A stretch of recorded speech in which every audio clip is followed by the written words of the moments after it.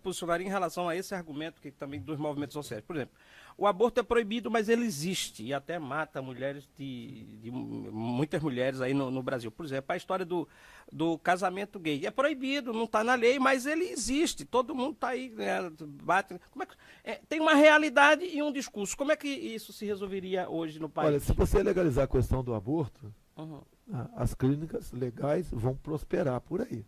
Agora, eu entendo que o corpo da mulher pertence a ela, mas aquela vida, né, que tem dentro do seu útero, depois de que acontece a anidação, onde o ovo, então, fixa na parede do útero, não pertence mais a ela.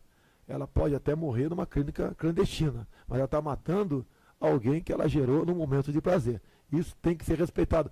Qual mulher hoje em dia não conhece N formas de contraceptivos para não engravidar? Inclusive temos a laqueadura. O meu filho tem um projeto em Brasília permitindo a laqueadura e vasectomia aos maiores de 18 anos.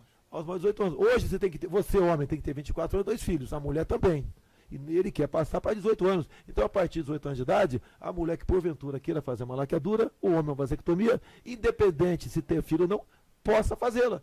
Essa é a forma mais precisa de você evitar tudo isso. E eu apesar de não ser muito, vamos dizer, estudioso dessa área, poderia citar aqui várias formas contraceptivas para não engravidar e para se evitar um aborto lá na frente. Vamos a mais uma pergunta da população de João. Por exemplo, você fazer um debate cretino, deseducador da população sobre esse flagelo que é o aborto. Isso. Sobre a ampliação do direito ao aborto. O aborto, né, é uma tragédia. Ok, estamos todos de acordo, portanto, ninguém é a favor dessa tragédia. Mas a questão é qual é a relação que deve ter o Estado com essa tragédia humana, moral, religiosa e de saúde pública. Nós temos que educar o nosso povo. Não pode ser uma coisa travada na base da religião. Nós temos que educar o nosso povo, porque as mulheres ricas que engravidam sem planejamento vão nas clínicas clandestinas caras e saem de lá muito bem. E as nossas jovens negras, pobres, caboclas, apavoradas com o conservadorismo dos seus pais, vão e fazem aborto com agulha de tricô e morrem. É um problema grave para o SUS esse. Não é possível que os políticos façam isso assim. Olha, esse cara aí é a favor do aborto. Outro, não, eu quer não sou a favor do aborto, como eu vi na né? campanha. Um debate regressivo. Deseducador, né, da sociedade. Deseducador, regressivo. Da sociedade. Sim. Reacionário, deseducador, picareta. Entendeu? E isso, esse aspecto também. Né? E o perigo do moralismo é exatamente esse, que a Dilma está esconjurando. Né? Se você faz uma construção em que a premissa é que a culpa da corrupção generalizada, da indignação que a sociedade tem com razão, com a safadeza ladroeira, é do fulano de tal, e se fosse eu no lugar dele, no dia para a noite, não ia ter mais corrupção, isto mata você, lhe derruba do poder na hora que você for trabalhar. Eu não admito o Bolsa Família com uma proposta permanente de ajudar o pobre. Ela tem que ser transitória. Isso é um crime. Tem gente que está aí há 9 anos no Bolsa Família, não quer ser empregado, que pede o Bolsa Família. O Bolsa Família atende famílias de até 5 filhos. Essa garotada vai crescer o quê? Pensando no quê? Bolsa Família também. Você vê meninas no Nordeste, bate a mão na barriga grávida e fala o seguinte, que tem também o auxílio natalidade, esse aqui vai ser uma geladeira. Esse aqui vai ser uma máquina de lavar. E não querem trabalhar. Então, quando você fizer esse corte aqui, você tem gasto per capita em educação abaixo da média, gasto per capita em saúde abaixo da média, gasto per capita em defesa abaixo da média, e vai fazendo. Onde é que você vai encontrar no Brasil 2 gastos, um próximo da curva, mas já fora, e outro longe da curva, quando não cabe nem no gráfico? Esse daqui é Previdência, 70 bilhões de reais, e este fora do quadro, que fura o teto, 580 bilhões de reais de juro. Se você somar o que tem que rolar de principal, que nós não temos dinheiro para fazer, dá 1 trilhão com T de tapioca. E 200 bi. Então, vamos botar em perspectiva, se eu servir ao Brasil, vamos pôr em perspectiva tudo. Tudo mesmo. Não vai ficar uma receita sem ser criticada, não vai ficar uma despesa sem ser criticada. Generosa e aberta e transparentemente. E aí vai ficando evidente, sabe? Se você botar luz, todo mundo vai ver. Onde é que eu vou cortar, cara? Eu vou cortar no Bolsa Família, que gasta 15 bilhões de reais para atender 60 milhões de pessoas. Com 3 refeições, cara. Isso é comida. Cortou, o cara passa fome. Cacete! Não é possível. E cortaram agora no orçamento da dona Dilma. E a gente fica ababacado. Não é possível. É isso que está vindo para cima do Brasil. E vai entregar 570 bilhões de reais para meia dúzia de rentistas. 10 mil famílias são destinatário final. Trata-se disso. Se você assistir um tatu em cima de um toco, meu irmão, alguém botou. Porque tatu não sobe em toco. Isso está aí para atender a quem manda no Brasil.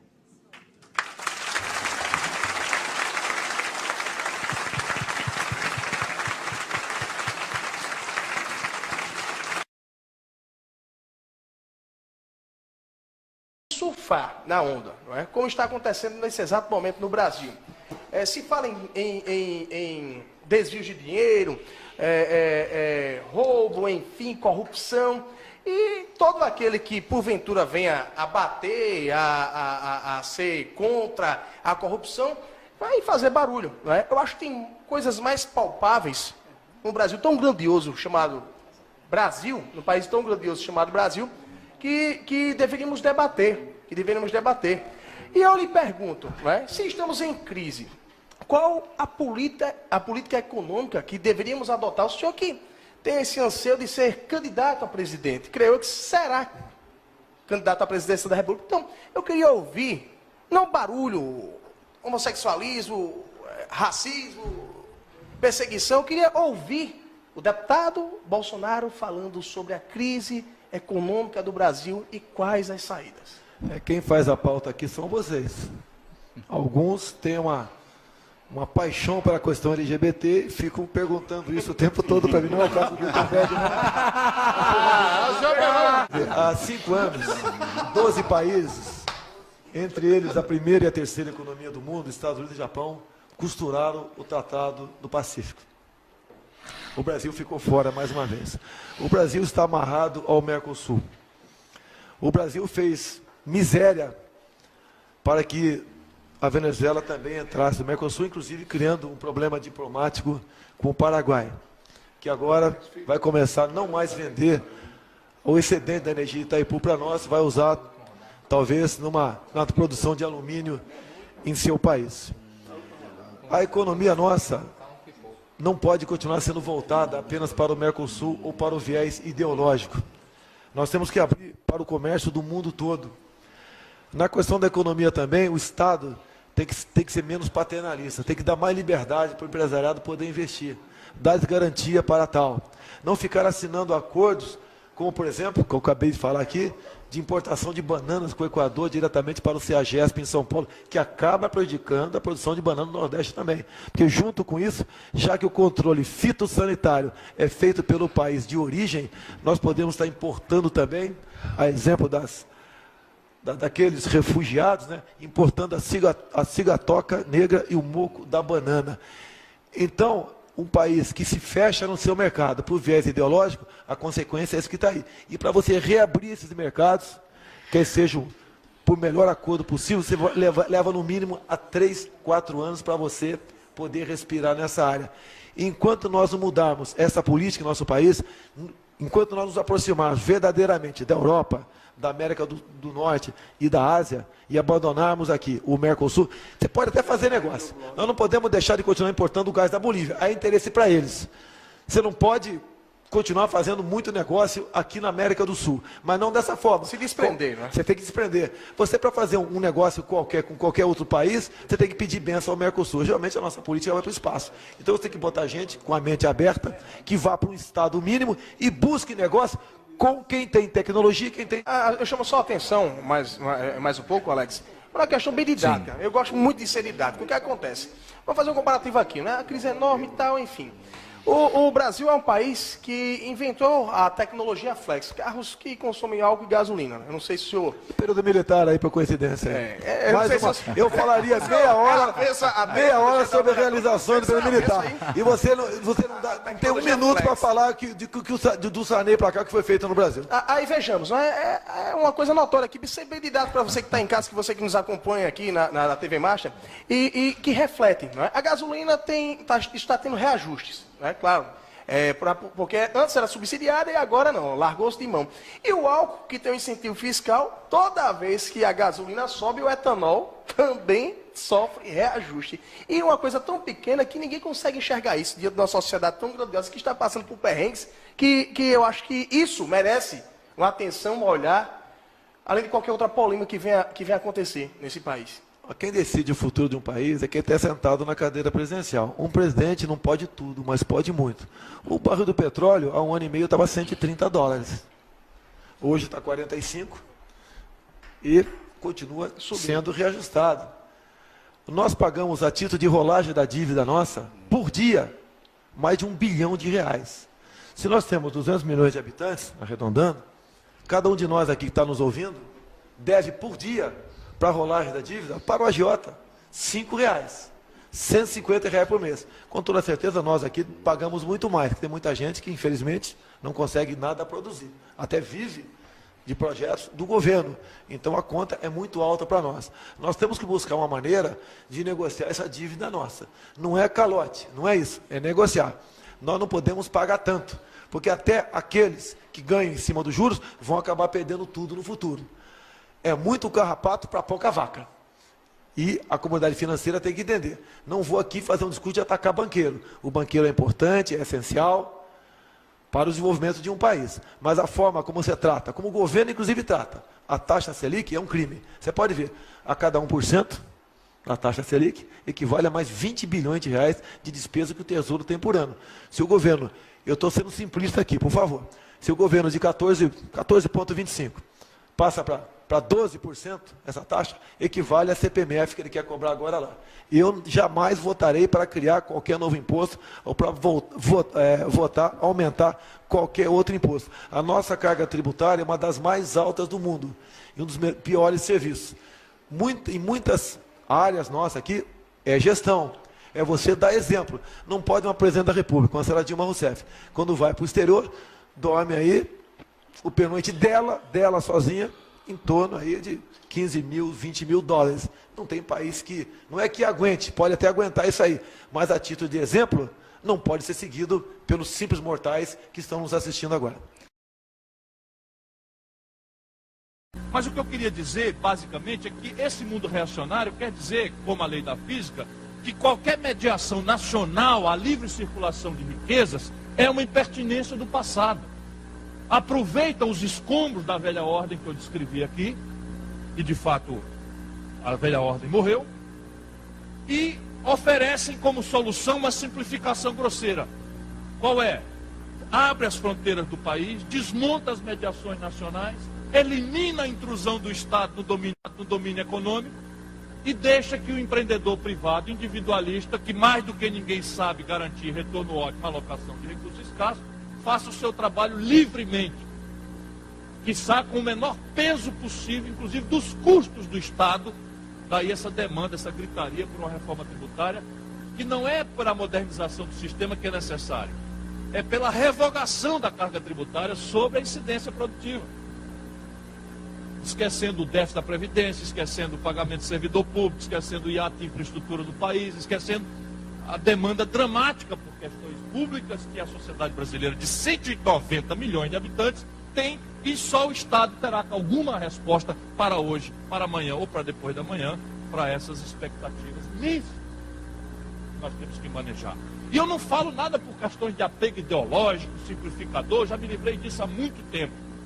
Já me livrei disso. Questão prática é que isso não existe. Esta ideia de uma economia política neoliberal não existe. Se quiserem ver sua caricatura, leiam os jornais de hoje, o debate no Congresso norte-americano, que é de rir muito, porque eu dei boas risadas hoje na madrugada, lendo a internet e jornais dos Estados Unidos, lá está um protesto dos congressistas norte-americanos, porque a Embev, a nossa fábrica de cerveja, deu-se de comprar, acho que a Budweiser, que é uma grande marca de cerveja americana. Está lá o protesto violento, como é que vão aceitar esses selvagens brasileiros entrarem aqui e comprar nossa cervejaria mais famosa, etc, etc. Ou, quem quiser ler a crônica que o aço plano brasileiro sofre recentemente com o governo Bush, ultraconservador na retórica, faz uma restrição alfandegária à importação de aços planos brasileiros, porque o Brasil é o aço plano mais competitivo do planeta. E a siderurgia norte-americana é uma siderurgia antiga, defasada, longe do litoral. Mas não duvide, eles estão fazendo a reconversão industrial siderúrgica. Quando eles completarem, eles eliminam a barreira e vão defender livre comércio lá fora. É assim que a humanidade caminha. Eu não gosto disso, mas eu constato, pensando no destino da nossa sociedade. Ora, se o jovem, se as novas gerações, e nós também, somos induzidos crescentemente a crer que felicidade é quanto da minha expectativa de consumo eu dou conta de praticar com a renda apertada, eu estou na vida procurando bom, bonito e barato. Desculpe a simplificação. Para ser feliz, com renda apertada, querendo consumir, eu estou procurando bom, bonito e barato. E a pergunta, para concluir, nos deixar aqui uma reflexão, evidentemente o Brasil, como raras nações do mundo, tem saídas para essa contradição. A grande pergunta é, e as condições de produzir o bom, bonito e barato são globais? É muito simples de perguntar. E aí nos livremos de qualquer paixão, vamos raciocinar. Primeira condição de produzir, a condição do financiamento. É assim, na América do Norte, hoje, a taxa de juros é menor do que a inflação. Ou seja, quem tirar dinheiro do banco, emprestado, guardar numa gaveta em casa, né, vai estar devendo menos do que tirou. Juro negativo. O juro do Japão é negativo. O juro da zona do euro é de 2% reais ao ano. No Brasil, nós estamos com a menor taxa de juros dos últimos 23 anos, mas ainda é a maior do mundo, e se desconta um duplicado em Rio Branco, em Campo Grande ou em Belo Horizonte, a 1,65 ao mês. Supõe um marco de economia política prostrada ao mito neoliberal. Todas as outras condições de empreender são iguais, mas a condição de financiamento é assim: eu me financio a 2% ao mês e o meu competidor se financia a 0 de juro ao ano. Se todas as outras condições de empreender forem iguais e a economia política for desintermediária, aquele que se financia barato destrói o que não se financia barato. E no limite a gente não tem como pagar, porque deixaremos de ter o nosso empreendedor, voltaremos a ser essencialmente importador de valor agregado e vamos pagar com o quê? Crises cíclicas de crédito, despoupança interna, fatos que nós já conhecemos do passado, não podemos mais repetir isso. Mas vou chamar a atenção que já está semeada a ideia. A questão tecnológica que lá atrás permitia um modelo de substituição de importação, mudou tão dramaticamente que hoje, eu posso afirmar com muita segurança, não existe competição possível entre retardo tecnológico e ponta. Não existe, pura e simplesmente. Aí a grande questão é, o domínio tecnológico do planeta é global? Resposta lamentável, não. Dou um exemplo prático, para ninguém pensar que eu estou em devaneios ideológicos. O Brasil é uma das 6 nações do planeta que tem uma indústria aeronáutica. Só 6 países do mundo produzem avião. Olha aqui, só 6 países do mundo produzem avião. Depois diz que a gente tem defeito genético como nação. Eu fico indignado. 6. Porém, uma parte importante do avião que a Embraer produz, a aviônica, a parte da aviônica, é importada da América do Norte. O Chaves resolveu fazer uma encomenda de Super Tucano, que é um avião turbo-hélice de treinamento, de grande versatilidade, muito respeitado no mercado aeronáutico mundial, e resolveu comprar da Embraer. Sabe o que aconteceu? Os americanos embargaram a venda. Os norte-americanos embargaram a venda. Proibiram a Embraer de vender os seus aviões para a Venezuela. O que é uma estupidez inominável, porque o Chaves, ok, comprou da Rússia. Sukhoi, que é um avião mais agressivo do que o nosso Super Tucano, E nós aqui ainda temos influência diplomática para dizer, olha, nós vamos vender o avião, mas não queremos você se meter em confusão e tal. A Rússia vendeu e acabou, só dá assistência técnica e pronto, final. Não quer saber. Se possível, ainda gostaria de uma confusão por outras razões. Está vendo como é prático? Obrigado, irmão. Família vai boa? Tudo tranquilo. Tudo certo, presidente? Mais meia horinha, tá? Não, vou terminar. Mais 15. Então, veja bem, só para dizer como é prático. Então, o componente tecnológico hoje tem um tal impacto em preço, em produtividade, em aprazabilidade, que não é mais imaginável alguém se conformar com o retardo tecnológico, seja de que geração for. Na média, o Brasil é ponta aqui, ponta acolá, mas na média o Brasil está 3 gerações tecnológicas defasado em relação à ponta mundial. Isso é um estudo que a Fundação Getúlio Vargas atualiza. Então o Brasil tem um retardo tecnológico médio, consequência de tudo que a gente não faz em educação, consequência de tudo que a gente não faz em ciência e tecnologia, consequência de tudo que a gente não faz em universidade. O Brasil tem um retardo tecnológico médio de 3 gerações. Se todas as condições de competir forem iguais e esta condição for assim tão diferente e o marco neoliberal contaminar a competição sem intermediação nenhuma, essa economia atrasada perde, quebra e não tem como se financiar. Deputado Mauro Filho, acabei de ver Vossa Excelência aqui na televisão, meus cumprimentos aí. Trabalhou até tarde ontem, aí teve que chegar um pouquinho mais atrasado, sabe que ele não bebe. Terceiro fator, e concluo, escala. Ninguém precisa ser economista para entender. Quando você entra na feira para comprar banana, é assim, leva aí, freguês, 3 é R$1, 7 ou 8 é R$2, né? Quanto mais quantidade, mais vai cair no preço por unidade, porque o volume é que vai dar rentabilidade. Então isso diz um pouco a consequência prática da questão da escala. Na prática é assim, uma fábrica chinesa de confecções, valor agregado baixinho, grande massa de mão de obra, a China produz 1 bilhão de calças numa fábrica por mês. O preço do pano para essa fábrica, tal a quantidade, é muito mais barato. E basta que a China ganhe meio centavo de dólar numa calça, porque a soma de 1 bilhão de meio centavo de dólar dá a rentabilidade que o negócio precisa. Na média, o empreendedorismo brasileiro, 7 em cada 10 empregos vem de pequena empresa, que por definição opera em pequena escala. Se todas as outras condições de empreender forem iguais, e esta condição, a escala da economia for assim tão diferente, e o marco da economia política for esta mitologia neoliberal, quebra de novo. Agora junta queda, coice e cuspe em cima.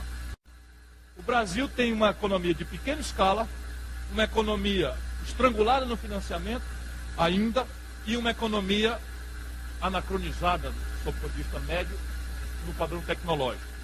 E aí isso explica a tragédia dos anos 80 e dos anos 90.